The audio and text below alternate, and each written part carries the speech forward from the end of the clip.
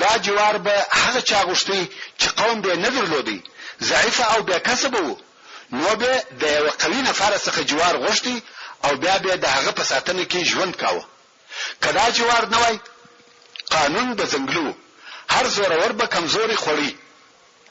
رسول الله صلی الله علیه و آله وسلم قوم درلودي، مګر خپل قوم تکلیف او آزار ورکاوه، او هغه د صلی الله علیه و آله وسلم څخه چې دفاع کول د اکا ابو طالب هم وفات شوی دی. نو ځکه اوس د بل چا څخه جوار غواړي، ځکه کله یو قوي سړي جوار نیوي هر رزل او باش او لچک و د صلی الله علیه و آله وسلم ته اهانت او سپکتا ورسولای شي. نو د اخنس ابن شریق څخه جوار وغوښتي، مګر اخنس ویل زه د قریشو په مقابل کې وچاته جوار نسم ورکولای، چې دا په حقیقت کې رسول الله صلی الله علیه و آله وسلم ته د رد او منفي جواب. او بیا رسول الله صلی الله علیه و آله وسلم فکر وهي چې د قریشو د سردارانو څخه به څوک ودته جوار ورکي. نو یو سهیل ابن عمرو ته نفر ولېږي. سهیل هغه څوک دی چې د حدیبیه صلح ولیکل او د مکه مکرمه د سردارانو څخه دی. نو رسول الله صلی الله علیه و آله وسلم دغه سهیل څخه جوار وغوښتي. سهیل ویل زه د بنی عامر څخه او بنی عامر پر بنی کعب جوار نور کوي. د سهیل د طرفه هم د رد او منفي جواب راغلی. رسول الله صلی الله علیه و آله وسلم فکر کوي چې څوک بس ما ساتنه پر ذمہ واخلي. بیا یو مطعم ابن عدی ته نفر ولېږي. که څه هم دغه مطعم د اسلام ډیر شدید دشمن وو، مګر بیا هم د شرف او عزت موضوع ودته ډیر اهمیت درلودي. نو کوم وخت چې ودته وویل سو چې رسول الله صلی الله علیه و آله وسلم ستاسو جوار غواړي، دی هم موافق سو ویل شدی.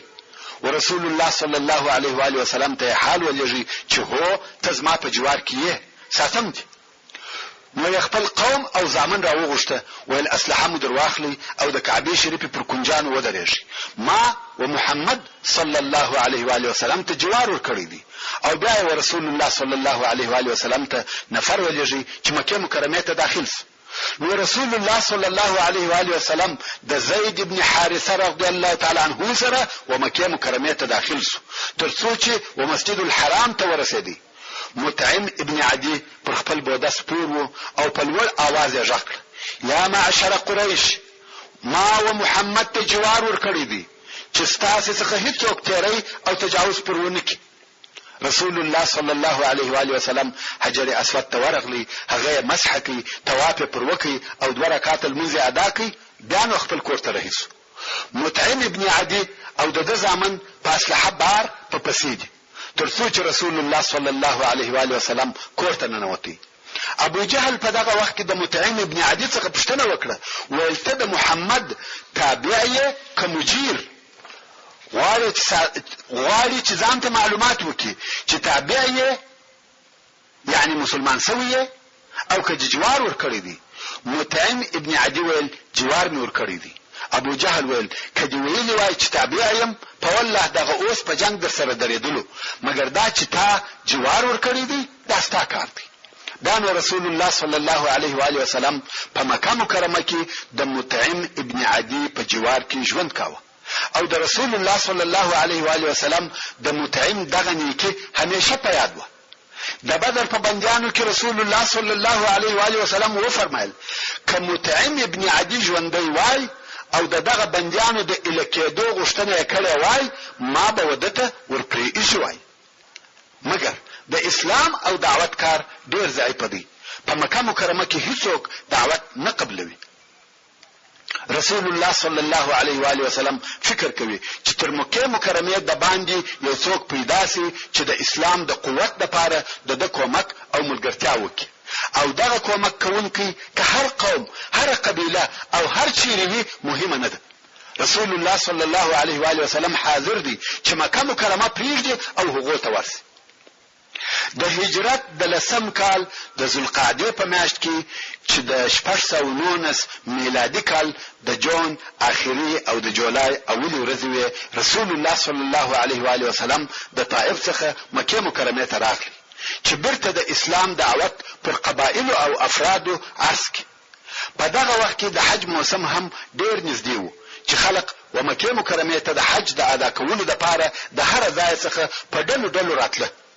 رسول الله صلی الله علیه و آله وسلم دغه موقع او فرصت د ځان لپاره غنیمت وباله او هر قبیله ته جلا جلا ورتلی او اسلام یې پر ارزاوه. اسلام او وحدانیت ته رابلل. دا اول کال نه دی چې رسول الله صلی الله علیه و آله وسلم پر قبایل اسلام ارزوي، بلکې دغه د حج په موسم کې و اسلام ته د قبایل دعوت د بعثت او نبوت د 4م کال څخه شروع. زهري رحمه الله وايي هغه قبیله چې رسول الله صلی الله علیه و آله وسلم اسلام پر عرض کړی دی او مشته نمونه را یاد شوي دي داسې دي: بنو عامر ابن صعصعه، محارب ابن خصفه، فزاره، غسان، مره، حنیفه، سلیم، عبس، بنو نصر، بنو البكاء، کنده، کلب، حارث ابن کعب، عزرا، هضارمه. خو یوې قبیله هم اسلام نه دی قبول کړی او دغه قبیله چې زهري رحمه الله یې نمونه یاد کړی دي پر دوی د اسلام ارزول نه په یو کال کې و او نه د حج په یو موسم کې و، بلکې دغه د اسلام ارزول د بعثت د 4م کال څخه بیا د هجرت د مخه د حج تر آخري موسمه و. او دا هم نسو تعینولای چې په کوم موسم کې پر کوم قبیلو اسلام عرض کړی دی. کوم وخت چې به د حج موسم شروع سو او د شاوخوا څخه به د عربو قبیلې د حج لپاره راتلې، رسول الله صلی الله علیه و آله وسلم به پر دغه قبیلو ګرځېدی، د یوې قبیلې څخه به بلې ته ورتلی او اسلام ته به دعوتول. یو صحابي چې د انصارو څخه دی هغه روایت کوي که څه هم په هغه وخت کې پر هغه خپل کفر او شرک وو. هغه وایي د حج په موسم کې می رسول الله صلی الله علیه و آله وسلم ولیدي چې د یوې قبیلې څخه بلې قبیلې ته ورتلی او اسلام یې پر عرضاوه، خو تر شا یو نفر په پسې و. د هغه نفر علامې بیانوي او وایي سپین پوستی سړی و، 2 کوڅې درلودې، په سترګو چپک و. کوم وخت چې رسول الله صلی الله علیه و آله وسلم د دعوت د خبرو څخه فارغ شو نو به دغه سړی ولاړ شو او ویل به پام کوي چې د خبرې ونه مني، دوی درواغجن او د دین اوښتي دي، موږ د قوم یو، تر هر چا د حال خبر یو. نور به هم دغه قسمه خبرې وکړي. رسول الله صلی الله علیه و آله وسلم به هیڅ نور تویل نه به منع کاوه، نه به شړی، نه به جنجال ورسره کاوه چې ته ولې راپسې. راوی د کیسې وایي ما پوښتنه وکړه چې دغه نفر څوک دی چې پر رسول الله صلی الله علیه و آله وسلم پسې دی. ویل دا اکا ابو لهب دی، هغه چې د اسلام څخه د خلقو په منع کولو کې تخصص درلودي. د موسم په وخت کې ځان نه په تجارت مشغوله کاوه نه د دنیا په نورو کارو، بلکې خپل ځان او خپل وخت دغه د پاره وقف کړی و چې خلق د اسلام منع کړي. او پر دې سربېره به رسول الله صلی الله علیه و آله وسلم څه نور تویل نه منع کاوه. اوس په مختصر ډول سره د رسول الله صلی الله علیه و آله وسلم د طرفه پر قبیلو د اسلام عرضول او د قبیلو د طرفه د هغو رد یا جواب درته بیان کوم. اول، رسول الله صلی الله علیه و آله وسلم د بنی کلب د قبیلې و یو شاخ ته ورغلی چې بنو عبد الله ورته ویل کېده او ورته فرمایل یا بني عبد الله، الله عز وجل ستاسو د نکنم شنم اشیدي، اسلام او د الله وحدانیت قبول کی. خو هغه دا غوښتنه ونه منل. دوهم، رسول الله صلی الله علیه و آله وسلم د بنو حنیفه د قبیله و خیمو ته ورغلی او اسلام یې پر عرض کی. خو د عربو په ټولو قبیلو کې د یوه جواب داسې بد او ناوړه جواب نو لکه د دوی. دریم، رسول الله صلی الله علیه و آله وسلم د بنی عامر ابن صعصعه و قبیلته چې ودله د حج د پاره راغلی و ورغلی. پښتنه وکړه چې د دې قبیله مشر او سردار څوک دی؟ خلق ویل ضیحه ذو فراس ابن صعصعه مشر دی. رسول الله صلی الله علیه و آله وسلم ویل زه غواړم چې ورسره ووینم. خیر، رسول الله صلی الله علیه و آله وسلم داغه سره کښینستی، اسلام او داغه احکام یې ورته بیان کړ. کلام الله یې ورته تلاوت کړ. سړی چې د کلام الله معجز بیان واورېدی ډېر تر تاثیر لاندې سو. نو ویل ته لږ انتظار وکړه.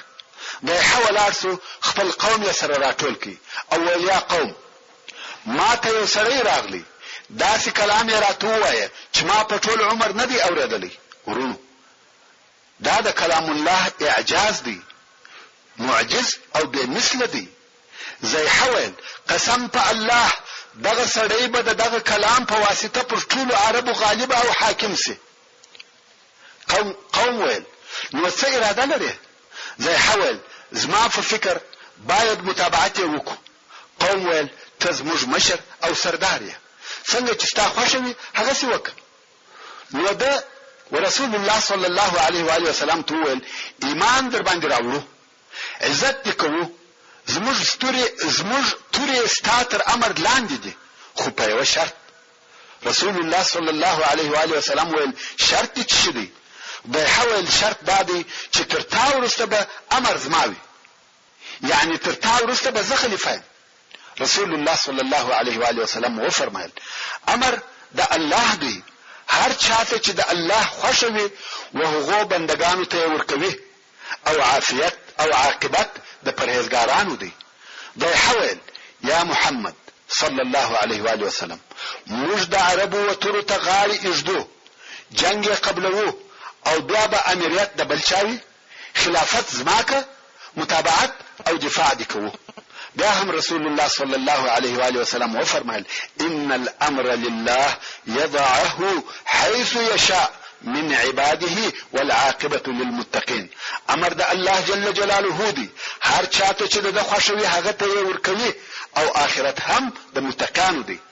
څرنګه چې د ضیحه طمع د دنیا او امریت و او په دې پوهېدی چې اسلام غالبه کیږي، اسلام به پر عربو حاکم وي، نو یې د امریت طمع په سر کې پیدا سوه.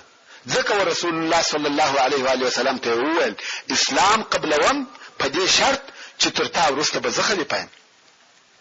رسول الله صلی الله علیه و آله وسلم د خلافت وعده نور سره وکړ، او ده هم اسلام نه کوي قبول، ځکه اصلا دی د ایمان او اسلام راوړلو او اسلام پر راوړلو کې صادق نه و، بلکې طمع د امریت او دنیا و. کوم وخت چې دغه د بني سعسع ډله و خپلې قبیلې ته ولاړه، هلته د دوی په قبیله کې یو ډېر سپین ږیری سړی و چې د خپل ضعف په سبب حج ته نه سوای تلای، مګر هوښیار او پوه سړی و. او هر وخت چې به د ده د قبیلې خلق د حج د سفره څخه راغله، ده به د حالاتو پوښتنه ځینې کول. په دې وار کې یې هم پوښتنه ځینې وکړه چې څه حال مو؟ قوم د خپل سفر حال ورته ووایه، خو دغه د رسول الله صلی الله علیه و آله وسلم قصه نه ورته وکړه. سپین ږیري ویل بېله دغه نوره نوې خبره نه وه پیښه؟ دوی ویل هو، داسې د قریشو یو ځوان چې د بني عبدالمطلب څخه ور راغلی، او دا یې ویل چې زه نبي یم. موږ یې ودې ته بللو چې د ده سره ودرېږو، د خلقو د ازارو څخه یې وساتو، او زموږ سره زموږ وطن ته راولو، او موږ د ده غوښتنه نه کړه قبوله. سپین ږیري دواړه لاسونه پر سر کښېښول او ویل ډېر افسوس دی وي، آیا د دغه شي عوض پیدا کولی سئ؟ څنګه مو پرېښاوه؟ دا تر لمر روښانه ده چې دغه نبي دی. آیا تاسې نه یاست خبر چې دا وخت د نبي آخر زمان دی، او دغه آخري نبي به هم د اسماعیل علیه السلام د اولادې څخه وي، او د اسماعیل علیه السلام اولادې تر اوسه د نبوت دعوه نه ده کړې. دا د اسماعیل علیه السلام د اولادې څخه اول نفر دی چې د نبوت دعوه کوي، په والله خامخا دی نبي دی. عقلونه مو چیرې وه؟ څنګه مو پرېښاوه؟ خو د سپین ږیري خبره چا نه کړه قبوله، او د دوی څخه هغه ابدي عزت د لاسه ووتی، ځکه که دوی ایمان راوړی وای دوی به انصار وای، مګر بدقسمته وه، دا شرف یې نه په نصیب. ورونو لکه څرنګه چې د مخه مو درته وویل چې رسول الله صلی الله علیه و آله وسلم پر قبیلو پر ډلو اسلام ارزاوه، دغه رنګه پر افرادو او اشخاصو هم ارزاوه، او د ځینو اشخاصو څخه یې ښه او معقول رد یا مثبت جواب حاصل کړی دی چې ایمان یې راوړي او اسلام یې قبول کړی دی. د دغه حج تر موسم لږ وروسته څو نفره په انفرادي ډول سره ایمان څو نفرو په انفرادي ډول سره ایمان راوړی دي چې اوس به د هغو څو نفرو قصې او د اسلام راوړلو حالات درته بیان کوم. اول سوید ابن صامت چې شاعر پوه او هوښیار سړی و، د عربو د مشرانو د یثرب اوسیدونکی او د اوس د قبیلې څخه و. د قوم ودته د کامل په نامه سره ویل ځکه په بدن قوي، شاعر، د شرف او نسب خاوندو. دغه سړی مکه مکرمه ته د حج یا عمره د پاره راغلی و. رسول الله صلی الله علیه و آله وسلم ورسره کښینستی ویل یا سوید زما سره یو څه شی او شایسته خبرې دي وای اوره. سوید ویل نه غواړم چې واورم ځکه زما سره تر هغه شی خبرې سته کوم چې ستا سره دي. قانون خدا و چې رسول الله صلی الله علیه و آله وسلم ورته ویلي وای چې یو واره واوره بیا حکم وکړه. مګر یا رسول الله صلی الله علیه و آله وسلم د شو اخلاق خاوندو ویل شه هغه ستا خبرې را باندې واوره څنګه چې ستا سره زما تر خبرو شی خبرې سته را باندې واوره. سوید هم شروع سو د لقمان حکیم حکمتونه او نصيحتونه ورته وایي. اوس نو لقمان حکیم څوک وایي نبی دی څوک وایي نه دی، خو په دې کې شک نشته چې لقمان حکیم د مسلمانانو د ادیبانو حکیمانو او علماو څخه دی او الله جل جلاله په قران مجید کې ذکر کړی دی. حتی یو پوره سورته د لقمان په نامه سره مسما کړی دی. کم نصيحتونه چې لقمان حکیم خپل زوی ته کړی دي الله عزوجل هغه داسې طریقه ګرځولې ده چې خلق باید د هغه متابعت وکړي.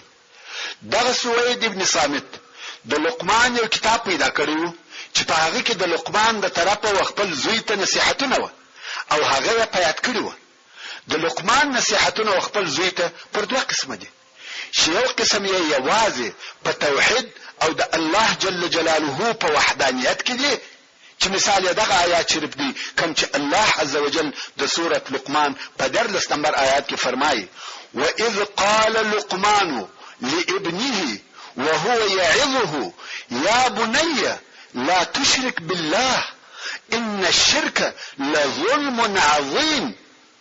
يعني يا محمد صلی الله علیه و آله وسلم هغه وخت در پیاد ک چې لقمان خپل زوی ته په داسې حال کې وویل چې نصيحت ورته کاوه ایز ما زویا الله لره هیڅوک مشرکوه بهشکه چې شرک ډېر لوی ظلم دی.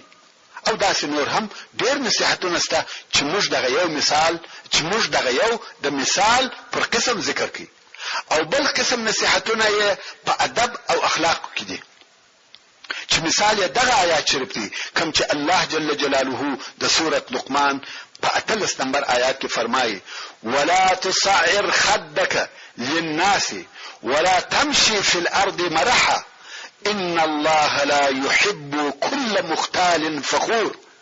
او خلق ته په کبر او غرور سره مګوره او په مځکه کې پناز او نخرو تګ مکوه بهشکه چې الله هر کبرجن او فخر کوونکی نه خوښوي.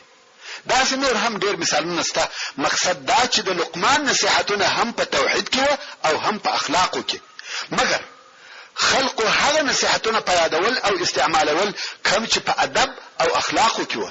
د توحید او عقیده نصيحتونه پرې ایښو. د سوید سره هم د لقمان هغه نصيحتونه موجود و چې یوازې د اخلاقو او ادب په باره کې و. اوس نو بیا دغه نصيحتونه بشري او انساني خبرې وي په لهجه او اصطلاح د انسانانو و. د الهي کلام اعجاز نو پکښ موجود، مگر الله جل جلاله که په قران مجید کې د یو انسان خبر را نقلوي او بیانوي بیا هم لفظ او لهجه د الهي کلام وي، اعجاز پکښ موجود وي. مثلا الله عز وجل په قران مجید کې هغه خبر راته بیانوي چې میږي کړی دي، خو لفظ او لهجه هغه د میږي د خبرو نه ده بلکې الهي لهجه ده، معجز کلام دی او اعجاز پکښ موجود دی. د سوید سره هم د لقمان حکیم نصيحتونه او کلام موجود و، مګر د بشر په لهجه او اصطلاح سره و. هغه اعجاز چې په کلام الله کې موجود دی د هغه څخه خالی و. کوم وخت چې سوید د خپل خبرو څخه فارغ سو رسول الله صلی الله علیه و آله وسلم ورته ویل دا شی خبرې وي، مګر زما سره تر دغه بهتره خبرې سته. عیناً هغه خبره ورته وکړه چې په اول کې سوید وده صلی الله علیه و آله وسلم ته کړې و. سوید په تعجب کې سو. د اول وار د پاره یو څوک ورته وایي چې زما سره تر دغه بهتري خبرې سته. په پخوا کې عادت داسې و چې یو چا به د لقمان خبرې واورېدې دا یې نه سوی ویلی چې زما سره تر دې ښې خبرې سته. بیا نو رسول الله صلی الله علیه و آله وسلم کلام الله ورته ووایه. د قرآن مجید آیاتونه ورته وایي. کوم وخت چې رسول الله صلی الله علیه و آله وسلم د آیاتو د ویلو څخه فارغ سو، سوید هم وویل دا ښې خبرې وې او دا جمله یې نه کړه پر اضافه چې زما سره تر دغه ښې خبرې سته. مګر پر دغه سربیره هم په دغه وخت کې ایمان نه راوړي، خو بیا په وروسته کې چې اسلام مدینه منورې ته داخل سو، سوید هم مسلمان سو او د رسول الله صلی الله علیه و آله وسلم تر هجرت د مخه وفات سو. او څوک وایي چې د بعاث په جنگ کې د خزرج د قبیلې د طرفه ووجل سو او قوم دی ویل چې سوید مسلمان ووجل سو. والله اعلم. دوهم الیاس ابن معاذ چې نوې ځوان د یثرب د اوسیدونکو او د اوس د قبیلې څخه و. د ایمان راوړلو قصه داسې وه. په یثرب یا مدینه منوره کې پر یهودو سربیره د عربو دوې قبیلې اوسېدلې چې یوه د اوس قبیله او بله د خزرج قبیله وه او د دې دوو قبیلو په مابین کې به همیشه جنګونه کېده او د اوس قبیله نسبت د خزرج و قبیلې ته د نفرو په شمیر یو څه کمه او لږ وه. او په دغه وختو کې چې د بعثت یا نبوت د 11 کال شروع وه، هلته په یثرب کې د دغه دوو قبیلو په مابین کې د دشمنی اورونه بل وه چې دا د هغه مشهوره جنگ یعنی د جنگ بعاث د شروع مقدمه وه. په دغه وخت کې د اوس قبیلې چې د شمیر په حساب د خزرج تر قبیلې لږ وه، یوه ډله د مکې مکرمې و قریشو ته ولېږل چې د خزرج په مقابل کې زموږ سره اتحاد او اتفاق وکړي، زموږ معاهدین او کومکیان سي. کوم وخت چې رسول الله صلی الله علیه و آله وسلم په دغه ډله خبر سو چې مکې مکرمې ته راغلی ده، نو ورغلی او ورته ویل آیا تر دغه شي چې تاسو د هغه د پاره راغلی یاست ښه او بهتر شی در وښیم؟ هغه ویل هغه څه شي دی؟ رسول الله صلی الله علیه و آله وسلم وفرمایل زه رسول الله یم، الله جل جلاله زه خپل بندگانو ته رالیږلی یم چې یوازې د الله عز وجل عبادت ته راوبولم او د هغه الله سره بل هیڅ شی شریک ونه بولي او الله جل جلاله پر ما کتاب نازل کړی دی. بیا د اسلام احکام ورته بیان کړه او قرآن مجید ورته تلاوت کړ. الیاس ابن معاذ وویل یا قوم دا والله تر هغه بهتر دی چې دغه د پاره راغلی یاست. یو نفر د دغه ډلې څخه چې ابو الحیثر ورته ویل کېده او نوم یې انس ابن رافع و، د خاورو څخه موټ ډک کړي او ایاس یې پر مخ په وویشتي او ویل دا ستا خبرې پرېږده، موږ د بل شي لپاره راغلي یو. ایاس چپ سو او رسول الله صلی الله علیه و آله وسلم د دوی څخه ولاړ سو. دا ډله بې له دې څخه چې د قریشو ملګرتیا لاس ته راوړي بیرته په خالي لاس مدینې منورې ته ولاړه. د دوی تر تګ لږ موده وروسته ایاس وفات سو او د مرګ په وخت کې حمد، تکبیرونه او تسبیحات ویل. بیا نو خلقو په دې کې شک نه درلودی چې ایاس مسلمان مړ سو. دریم ابو ذر الغفاری رضی الله تعالی عنه ورونو. ابو ذر رضی الله تعالی عنه اول نفر دی چې د مکې مکرمې د باندې څخه مسلمانېږي. حتی داسې هم ویل کېږي چې 5 نفر و چې مسلمان سو. خو په دې کې شک نشته چې ابو ذر رضی الله تعالی عنه د هغه اول مسلمانانو څخه دی. د اسلام په شروع کې په اسلام مشرف شوی دی. ابو ذر غفاری د غفار د قبیله څخه و او دا قبیله مدینه منورې ته نږدې پرته و. دا قبیله په غلا او لارنیولو سره مشهوره و. دې قبیله حرام میاشتې حلالولې، یعنی په حرام میاشتو کې هم جنگ او تجاوزونه کول. خو په خپل ابو ذر رضی الله تعالی عنه د هغه خلق څخه وو چې د شرک د اعمالو څخه بیزاره او موحد وو.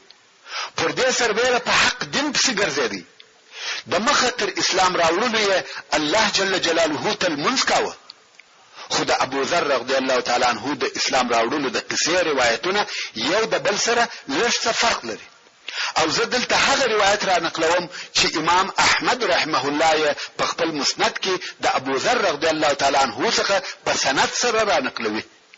امام احمد پس له ذکر کولو دراویانو وایي چې ابو ذر رضی الله تعالی عنہ ویل زما ورور انیس او زموږ مور د خپل قبیله څخه چې د غفار قبیله راووتو او زموږ د قبیله د عادت وو چې حرام میاشتې حلالولې ترڅو چې زموږ یو ماما ته ورغلو چې هغه د مال او عزت خاوند وو. زموږ ماما زموږ عزت وکي او ښه معامله را سره وکړه، خو د هغه د قوم زموږ سره حسد پیدا شو چې دا بیا څوک دی چې دلته راغله. او ما ته وویل کوم وخت چې ته د خپل اهل څخه راوتلې او نیس به دې خپل کورنۍ ته پېښې وای. په دغه وخت کې زموږ ماما راغلی، موږ هغه د قوم حال ورته وایه. داسې معلومه ده چې ده هم دغه فکر وو. نو موږ ورته وویل هغه نیکي چې د مخ را سره کړی وي هغه د عبث او ضایع کړي، بیا به هیڅ کله ستا مخ ونه وینو. نو موږ هغه خپل اوشانو تور ولاړ سو او خپل شیان مو پر بار کړ. ماما مو سر په پټو کې پټ کړي او ژړل او موږ رهیسو. څو مکه مکرمه ته نږدې سو. ابو ذر رضی الله تعالی عنہ ودغه سړي ته چې قصه ورته کوي ورته وایي ای وراره د مخه تر دې چې زه د رسول الله صلی الله علیه و آله وسلم سره ومنم ما درې کاله المنځ کاوه. هغه ورته ویل چاته دې کاوه؟ ویل الله ته. بیا ویل د لمانځه په وخت کې دې کومې خواته مخ ګرځاوه؟ ابو ذر رضی الله تعالی عنہ ویل هرې خواته چې به مې الله جل جلاله مخ برابر کړي او د ماخستن منځ می د شپې تر اخره کاوه. ابو ذر رضی الله تعالی عنہ وایي کوم وخت چې موږ و مکه مکرمه ته نږدې سو زما ورور انیس وویل زه په مکه مکرمه کې کار لرم، ته تر هغه زما انتظار کوه چې زه بیرته راځم. او دی ولاړ. خو ډېر وزندېدی. کوم وخت چې راغلی ما ویل ولې وزندېدی؟ دا ویل یو سړی مې ولیدی چې داسې دعوا کول چې الله جل جلاله دغه ستا په دین را لېږلی دی. وای ما ورته ویل چې خلقو د په باره کې څه ویل؟ ورور مې ویل خلقو ویل چې شاعر، ساحر او کاهن دی. ابو ذر رضی الله تعالی عنہ وای زما ورور انیس شاعر وو او انیس په سزا تکړه. ما د کاهنانو خبرې اوریدلې دي، د هغو پر قسم خبرې نه کولې او د قول مې د شعر په ترازو کې واچاوه. په والله هیڅوک به دا ونه وایي چې دا شعر دی. په والله دی صادق دی او خلق درواغ وایي. ابو ذر وایي ما خپل ورور ته ویل آیا ته تر هغه زما انتظار کوي چې زه ورسم او په خپل ووینم؟ ورور مې ویل هو، مګر د اهل مکه سره ډېر احتیاط کوه چې دوی د سره دښمنی کوي او څوک نور پرېږدي. ابو ذر رضی الله تعالی عنہ وایي زه رهیس وم ترڅو مکه مکرمه ته ورسېدم. هلته مې کتل یو ضعیف سړی یعنی خوار او اسکرلی سړی مې پیدا کړ او د هغه څخه مې پوښتنه وکړه هغه څوک چې تاسو وایست د دین اوښتې دي چیرې دی؟ سړی و ماته اشاره کړه او ناره کړه دغه دی د دین اوښتې. د مکه خلق ټول را باندې راټول شو، په ډبرو په هډوکو هر څه چې په مخ ورځي په هغه مې وهي ترڅو چې بهوشه ولوېدم. نه پوهېږم چې څه وخت راپورته شوم، خو داسې وم لکه سور منار، یعنی ټوله په وینو لړلی وم. وزمزم ته ورغلم، اوبه مې وچښلې او هغه وینې مې د ځانه څخه پرېولې او بیا د کعبې شریفې تر پوښو لاندې شوم. ابو ذر رضی الله تعالی عنہ وقصه اوریدونکي ته وایي ای وراره تقریبا یوه میاشت مې په مکه مکرمه کې تېره کړه او د خوړلو دپاره هیڅ شی نه لرم، فقط د زمزم اوبه څښم. تر داسې اندازې چاق شوم چې نس مې ګونجې وکړې، یعنی خېټه مې پیدا کړه او په خپله سینه کې مې هیڅ لوږه نه حسول ترڅو چې د سپوږمۍ پر رڼا یوه روښانه شپه پر اهل مکه راغله او په دغه شپه کې الله جل جلاله پر اهل مکه خوب غالبه کړي. پر کعبه شریفه هیچا طواف نه کاوه بې له دوو ښځو. دغه دوې ښځې چې پر ما راغلې په دغه وخت کې په خپلو دعاوو کې اساف او نائله بلل. ما ورته وویل دا دوه څه صفت لري؟ دا خو هغه دوه زناکاره دي. هو د اساف او نائله قصه خو مو د مخه درته کړې ده. ابو ذر رضی الله تعالی عنہ وایي دغه دوه ښځو په نارو او غالمغال شروع وکړه او ویل کشکې زموږ د نفرو څخه دلته یو څوک وای او شدي په دغه نارو کې د حرم شریف څخه وځي چې له هغه څخه رسول الله صلی الله علیه و آله وسلم او ابو بکر صدیق رضی الله تعالی عنہ د غره د طرفه څخه راکښته کېده. دغه شدي په مخه ورغله. د شود څخه پښتنه وکړه څه درته پېښه ده؟ شود ویل د کعبه شریف تر پوښو لاندې یو د دینه اوښتي سړی دی. دوی ویل څه ویل؟ شود وایي داسې خبره وکړه چې خوله پټه کیږي. یعنی ډېره لوی خبره وکړه. ابو ذر رضی الله تعالی عنہ وایي دا رسول الله صلی الله علیه و آله وسلم او د ملګری راغله حجر اسود مسح کوي پر کعبه شریفه طواف وکي او لمونځ وکي. معلومه خبره ده چې ابو ذر رضی الله تعالی عنہ دغه المنځ څخه پوښتنه چې دا هغه د مطلب سړی دی. ابو ذر رضی الله تعالی عنہ وایي زه ورغلم او اول هغه څوک چې د اسلام په تحیه سره می تحیه ورته ویل، یعنی ورته ویل السلام علیکم. رسول الله صلی الله علیه و آله وسلم راتول علیک ورحمت الله. اول د کوم ځای؟ ما ورته ویل د غفار د قبیله. رسول الله صلی الله علیه و آله وسلم لاس پر تندې کېښاوه. ابو ذر رضی الله تعالی عنہ وایي ما د ځان سره وویل لکه چې دا یې نشو خوښه چې ما د ځان نسبت د غفار و قبیله ته وکړي. دا اراده مې وکړه چې لاس یې ونیسم، خو د ملګری چې د رسول الله صلی الله علیه و آله وسلم په عادت تر ما ډیر خبر وو او پوهېدی، زه منع کړم. بیا رسول الله صلی الله علیه و آله وسلم راتول د څونه مودې څخه دلته اوسېږي؟ ما ویل تقریبا د 10 شپو او ورځو په مابین کې. نو ویل چا خواړه درکول؟ ما ویل خواړه مې نه درلوده، فقط د زمزم اوبه مې څښلې او زه په چاغ سوم، حتی خېټه مې وکړه او په سینه کې مې هم هیڅ لوږه نه ده حس کړې. رسول الله صلی الله علیه و آله وسلم وفرمایل هو دا مبارکي اوبه دي او دا اوبه د وږې سړي غذا ده. ابو بکر صدیق رضی الله تعالی عنہ ویل یا رسول الله اجازه راکړه چې نن شپه زه ودته خواړه ورکم. رسول الله صلی الله علیه و آله وسلم وفرمایل هو وريك. بانو رسول الله صلی الله علیه و آله وسلم او ابو بکر صدیق رضی الله تعالی عنہ رهسوه او زه هم ورسره ملګری شوم. ترڅو چې ابو بکر رضی الله تعالی عنہ یو دروازه خلاص کړه او مشته د طائف د اسکو څخه په موټانو راکړه. ابو ذر رضی الله تعالی عنہ وایي دا نو هغه اول خواړه چې ما په مکه کې وخوړه او څونه چې الله جل جلاله راته مقرره کړی و هغه نه په مکه کې پاتې سوم. او بیا رسول الله صلی الله علیه و آله وسلم راته وویل زه به یو داسم ځکه ته به ویل کېږم چې ډیر خرماوي لري او زه ګمان نه کوم چې بل ځای وي بل سربه. آیا ته ستاسو قوم ته زما د طرفه تبلیغ او دعوت کوي؟ شاید الله جل جلاله پتا سره دوی ته نفع ورسوي او تا ته د دوی په سبب اجر او ثواب درکړي. ابو ذر رضی الله تعالی عنہ وایي د مکه مکرمه څخه رهیسوم ترڅو چې و اونیس ته ورغلم. هغه راته ویل څه دی وکړه؟ ما ویل زه مسلمان سوم او د هغه سړي تصدیق مې وکړ. اونیس ویل زه هم نه غواړم چې بیل ستاد دین څخه بل دین اختیار کم، زه هم مسلمان یم او د رسول الله صلی الله علیه و آله وسلم تصدیق کوم. بیا موږ دواړه زموږ مور ته ورغلو، هغه ته مخبل دین او حال وای. هغه ویل زه هم ستاسو د دین څخه مخالفت نه کوم، زه هم مسلمان یم او هغه څه منم چې رسول الله صلی الله علیه و آله وسلم یې وای.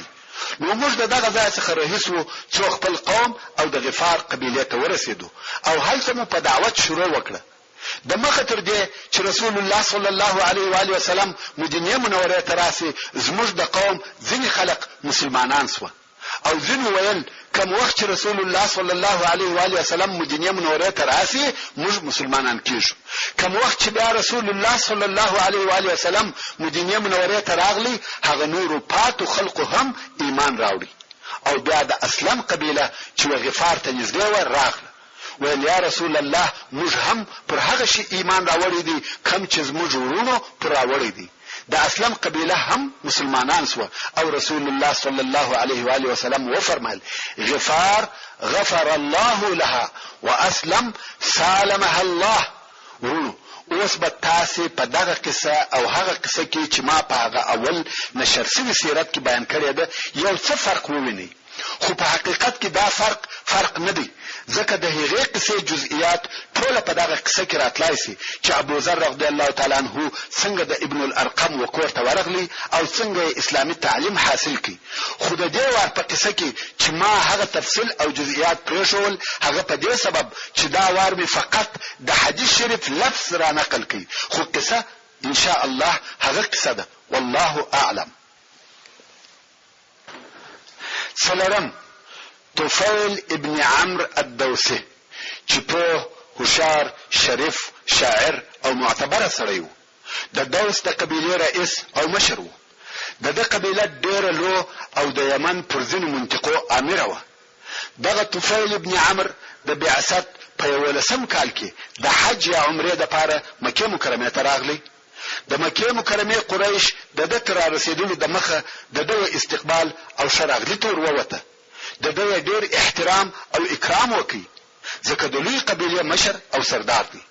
او په اول ملاقات کې یې ورته وویل: یا طفیل، ته زموږ وطن ته راغلې، خو پام کوه، په موږ کې یو لوی ساحر پیدا سوی دی چې موږ یې سره پاشلي او جلا کړي یو.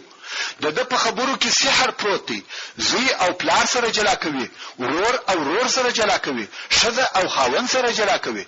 موږ پر تا او ستا پر قوم د هغه څه څخه بیریږو چې موږ ته یې راپېښ کړي دي. مه ته خبرې ورسره کوه او مه د ده خبرې اوره. هر چا چې د ده خبرې اورېدلې دي د جادو تر تاثیر یې لاندې سوی دی. دا د قریشو عادت و، هر څوک چې به مکې مکرمې ته راغلی دوی به د مخه بیراوه، خاصتا که به هغه څوک د عربو د قبیلو مشر او سردار و. ځکه قریشو نه غوښته چې څوک د رسول الله صلی الله علیه و آله وسلم څخه د اسلام خبرې واوري. نو طفیل ته هم وویل چې ډېر احتیاط به کوي چې د محمد صلی الله علیه و آله وسلم خبرې وانوري. طفیل هم ډېر وبېرېدی. طفیل وایي: دونه دا خبر راته وکړه چې د ځان سره مې دا فیصله وکړه چې د ده څخه به هیڅ شی نه اورم او نه به خبرې ورسره کوم. په سهار کې چې مسجد الحرام ته تلم، په غوږو کې مې پنبه کښېښول. دا د دې دپاره چې په خطا کې د محمد صلی الله علیه و آله وسلم خبرې راڅخه وانه اورېدل سي. نو کوم وخت چې مسجد الحرام ته راووتم، ومې لیده چې رسول الله صلی الله علیه و آله وسلم د کعبې شریفې سره ولاړ دی او لمونځ کوي او په لمانځه کې په لوړ اواز قرائت وایي. زه طواف کوم او دته ګورم، خو شی نه اورم، ځکه غوږونه مې په پنبو پټ دي. خو د الله جل جلاله خوښه وه چې د محمد صلی الله علیه و آله وسلم څخه ځینې شی واورم، او هغه مې شی خبرې واورېدې. نو مې د ځانه سره وویل: یا طفیل، ته هوښیار سړی یې، پوه، فصیح او شاعر یې، د ښه او بد فرق در باندې کیږي، صحیح او غلط سره پیژنې. تر دغه نو زیات د انسان دپاره څه شي پکار دي؟ او اوس بیریږي چې خبرې وانورم، او دا د قوم مشر یې، ستا سره بیره نه ده پکار. غوږ ورته ونیسه، که خبرې ښې وې قبول یې که، او که خبرې عبث او بېهوده وې پرېږده. نو مې یو څه انتظار وکړي تر څو چې رسول الله صلی الله علیه و آله وسلم کور ته رهي سو. زه هم په پسې سوم. تر څو چې کور ته ننوتی، زه هم پسې ورغلم او هلته مې د خپل راتګ کیسه ورته وکړه. دا مې هم ورته وویل چې خلقو څونه ستا څخه او ستا د خبرو د اورېدلو څخه بیرولی وم، تر داسې اندازې چې غوږونه مې په پنبو بند کړه، او بیا مې ستا یو څه خبرې واورېدې، او اوس دغه ستا خبرې او کار و ما ته بیان کړه.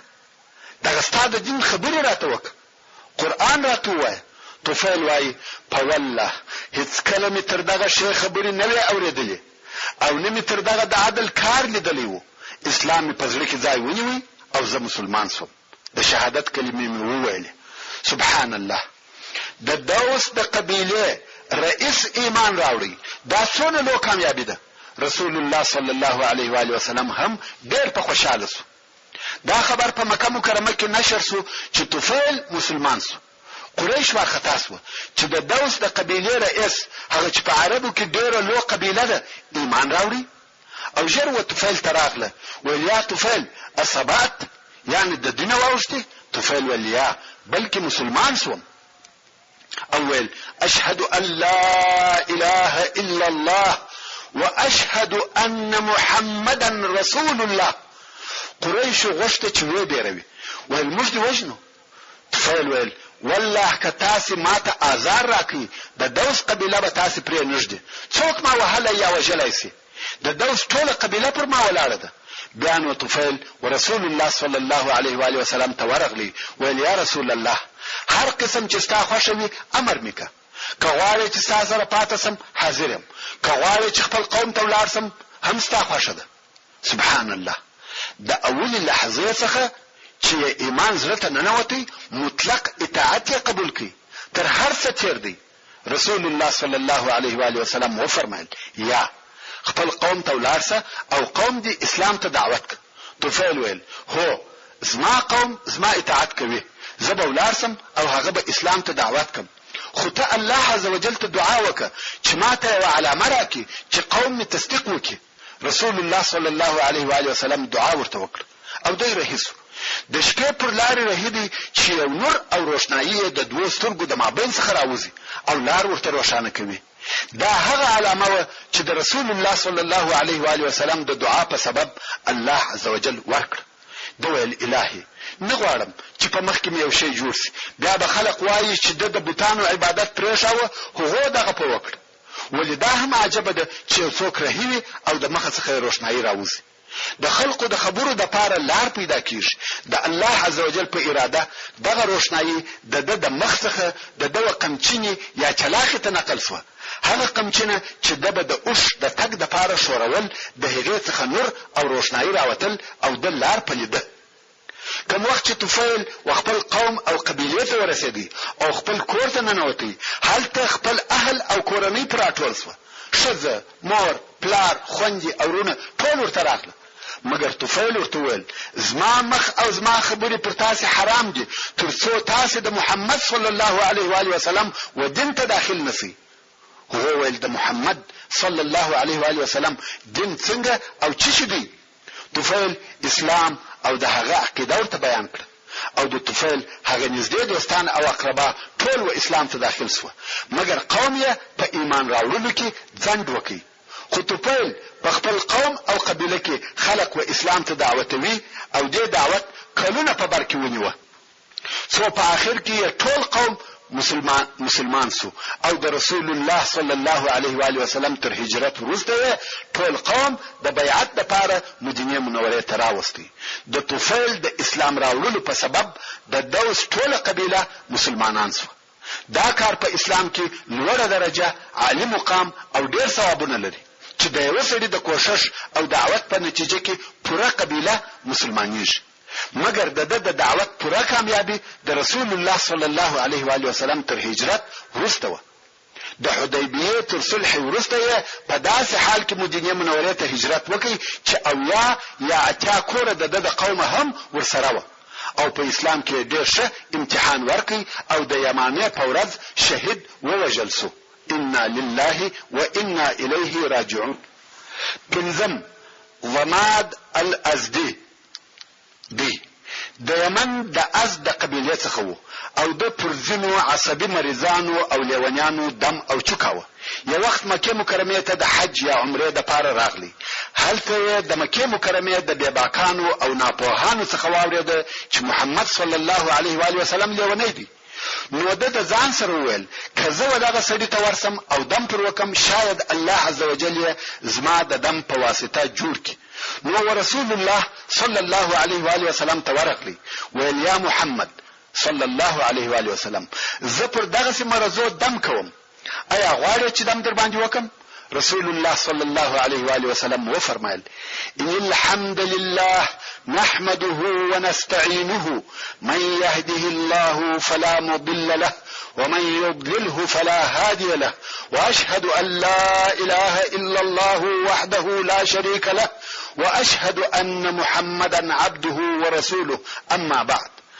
ضماد الازدويل ده جمله بيارتوه رسول الله صلی الله علیه و آله وسلم درې واره نور ورته تکرار کړ.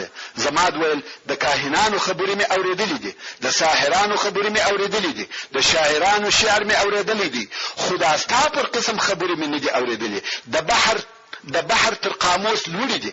لاس راکړه چې پر اسلام بیعت تر سره وکم او بیا یې بیعت وکړي او مسلمان سو. دغه قسم رسول الله صلی الله علیه و آله وسلم په دغه موده کې پر ډیرو افراد او اشخاصو په انفرادي ډول اسلام عرض کړی دی، لکه څنګه چې د قبیلو جواب منفي و، د غرنګ د افرادو جوابونه هم منفي و، خو د ځینو جواب به ډیر شدید او زړه دردونکی و. د هغو و بیانولو او ذکر کولو ته ضرورت نه وینم، خو فقط دغه یوه قصه د مثال او نمونې پر قسم درته بیانوم. یو نفر چې د عربو د پهلوانانو څخه و، چې نوم یې رکانه و، لوی او مشهوره غیږباز و، چا نه و غزار کړی، ورسول الله صلی الله علیه و آله وسلم ته راغلی، ویل یا محمد ته وایې چې زه نبی یم، که دې زه غزار کړم ته صادق یې. سبحان الله، د نبوت او غیږبازي سره څه؟ خدا د دې خلقو جهالت و. رکانه لوی پهلوان دی، چا نه دی غزار کړی، وایي که دې زه غزار کړم ته صادق یې. رسول الله صلی الله علیه و آله وسلم ویل شدی او ور ولاړ. په لږ وخت کې رکانه غزار کړي. رکانه په تعجب کې سو، د اول وار د پاره غزارېږي، تر اوسه چا نه دی غزار کړي. ویل یو وار بیا راسه، بیا ورغلی، بیا یې غزار کړي. ویل یو وار لا بیا راسه، بیا ورغلی، دریم وار یې بیا غزار کړي. ویل والله دا عجبه خبره ده، مګر تر هغو ایمان نه در باندې راوړم چې دغه درخت خبرې ونه کړي. رسول الله صلی الله علیه و آله وسلم د درخت څخه پوښتنه وکړه چې زه څوک یم؟ درخت ویل اشهد ان لا اله الا الله واشهد انك رسول الله. د رکانه په حضور هغه درخت هم خبرې وکړه. رکانه ویل والله ته ساحر او جادوګر یې. دا دغه یو نفر حال و. کفارو ته یوازې دا نه چې قرآن مجید معجزه و، بلکې معجزات، داسې معجزې چې په سترګو لیدل کېدې، خو بیا یې هم ایمان نه راوړي. محترم ورونو، څرنګه چې پیته پای ته ورسېدله، په راتلونکې لسمه پیته کې به ان شاء الله تعالی د شق القمر د معجزې بیان درته وکم. وصلی الله تعالی